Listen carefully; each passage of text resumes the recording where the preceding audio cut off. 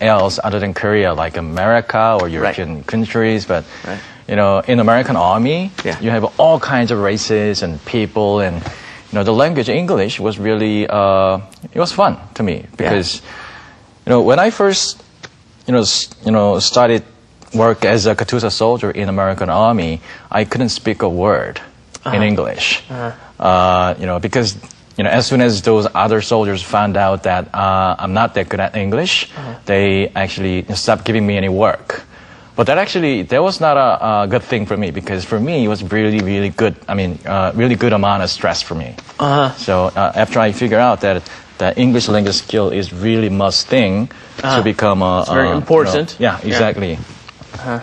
So I started, you know, studying English very hard. So wait a second. So you became the Katusha soldier, but really you couldn't speak English at all. You just passed the test. Exactly. And then you got into the Army. Exactly. And you realized, I have to learn how to speak English too. Huh? Exactly. Okay. So, well, now you guys know out there, you don't have to speak English to become a Katusha.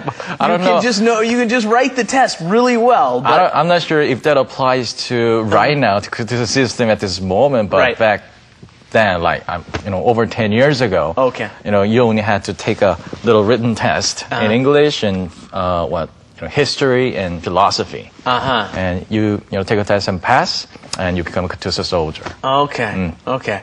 So you became the Katusha, and I have been on that American military base here in Seoul. In Seoul, right? And that's exactly where I served. Were you in Seoul? It's really amazing. It really feels like America. You're in America. Exactly. You're in a different country. Exactly. Yes. You know? Yes. So you got your experience abroad that way, huh? That way. You know, not leaving this country. Right. It was really fantastic. Very, very good chance, good opportunity for me to get accustomed to this language initially. Yeah. That doesn't mean that, you know, by the time that I, you know, finished serving the military term in Katusha soldier, that doesn't mean that I could be an expert about speaking or, you know, understanding the English. Right. But anyway, that actually gave me a good amount of, you know, chance to get really used to that kind of environment. Right. Right. And learn how to use English very practically. Exactly. Right? Practically. Yeah, that's a very important point. Okay. So, can you tell me any important experiences? Did you have any really interesting experiences during that time as a Katusha that you really enjoyed or were surprised at? The cultural differences or anything like that? Yes. It is not necessarily a positive thing. Okay. But I could actually see that because in one barracks, you know, do you know what barracks is? Yeah, not in Korean. What is barracks in Korean? It's maksa. Maksa. Okay, good. I learned a new Korean word today. Thank you. It's like a house, a big building that soldiers live. Right. And all together. But you actually have your own room, or you actually have a room. Okay. You know, accommodating 2 or 3 soldiers at the same time. Okay. So sometimes you have to live with black soldier. Sure. Or you have to live with a white soldier all together. Foreign soldiers. Yeah. Exactly. Foreign soldiers.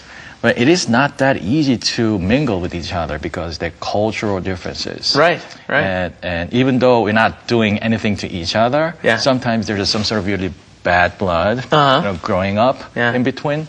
So you gotta be very good at, you know, solving those conflicts or little misunderstandings and everything. So work itself is hard enough. But anyway, the more important, you know, character that you need to be a successful Katusha soldier in there is actually how to solve those conflicts in between individuals. And solving those conflicts, I would assume, involves trying to understand the other culture, right? You gotta be very aggressive and very positive and, you know, active about understanding and trying to accept those different cultures and different people and different mindset. And it's not easy when you're living with somebody. Exactly. And you're getting up in the morning and you're cranky and you're tired. Exactly. I understand. So then you do your 2 years as a Katusha. Yes. By that time, you're speaking pretty fluently, I'm sure. Well, some those terms relating to military, I could speak, you know, that kind of terms very fluently.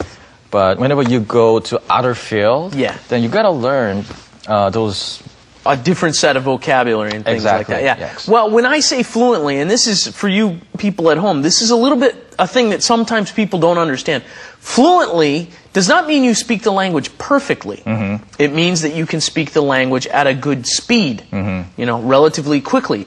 If you are fluent, it means you can speak quickly. Right. Doesn't mean you know everything. Sometimes I'm fluent in Korean, but I don't know a lot of things in Korean. Like I just learned maksa, right? so you know, I don't know every word in Korean, but I can speak relatively quickly. Well, when I need to, just like you. You're a very fluent English speaker. Thank you. Yeah. That's very comforting to me right now because I'm a bit nervous. Are you nervous? You're doing great. Thank you. Yeah, you're obviously a very fluent English speaker. Thank you very much. And it doesn't have to be perfect. So again, I always emphasize this. Yeah, I'm not perfect. That's good. That's okay. So you finish as a Katusa, and then it's time to start. Then you go back and study Japanese. Yeah, I mean, I actually changed my major I majored to Japanese language and literature. Okay. After I studied, English and put myself in that kind of foreign environment. Right. I kind of really got, fascinated. We say you got the bug. Like 감기 걸린 것 같이. Oh yeah. I got the bug. Good expression. Yes. 그 욕심을 생겼다는 Exactly. 의미로. So you got the language bug. That's right. Exactly. I just wanted to be better about the English, but at the same time that I wanted to really, learn other languages at the same time. But there's one other reason that I picked Japanese language and literature because when I was a little kid, I was really, really fascinated by those Japanese animations. The animated book, the manga. No, what do they call it? Manga. Yeah. Manga. Yes. Right. Yes. So I always wanted to understand those Japanese written mangas and Japanese spoken, animations and stuff. Yeah. So I just thought that could be a very good chance for me to change my major and start a whole new study. Yeah. You finish that up, you go study Japanese, and then you decide you want an international career at that point, right? International career. Okay. So then what'd you do? Well, when I was studying, Japanese language, I happened to be some sort of, columnist, writer, who writes about those movies, that's open right then. In school? Working for some very famous portal site, internet portal site. Okay. So my task was actually to come up with one movie that's open right then, and write my thing. My feeling about the movie, my opinions about the movie and everything. Sure. And a movie review kind of a thing, yeah, exactly. Right? And submit that review to the portal site and they actually put it up one of those pages and people love it or hate it, whatever that is. Right. And writing about the movie actually gave me another kind of bug.